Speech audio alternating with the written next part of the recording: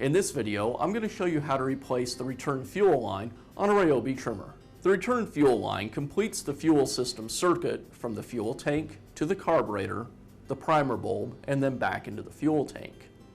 The return line, as well as all of your other fuel lines, will eventually begin to deteriorate and break down.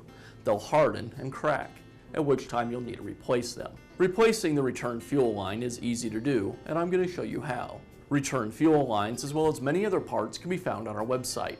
Let's get started. Before removing any of the fuel lines from the carburetor or the lines from the tank, you'll want to make sure that you drain any gas that might still be in the fuel tank. I'll begin by removing the return line from the primer bulb as well as from the fuel tank. You'll notice that the new return fuel line is much longer than the line we removed, so I'll go ahead and shorten it up. The length here isn't real critical. You just don't want too much excess in the fuel tank. About an inch or inch and a half is perfect.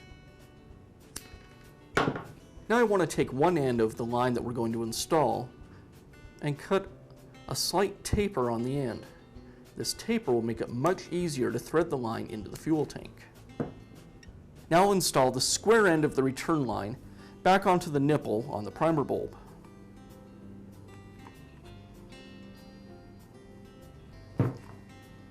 I'll use a little bit of 2-cycle oil to lubricate the end of the return line that passes into the fuel tank. The oil will make it easier to insert the line into the tank.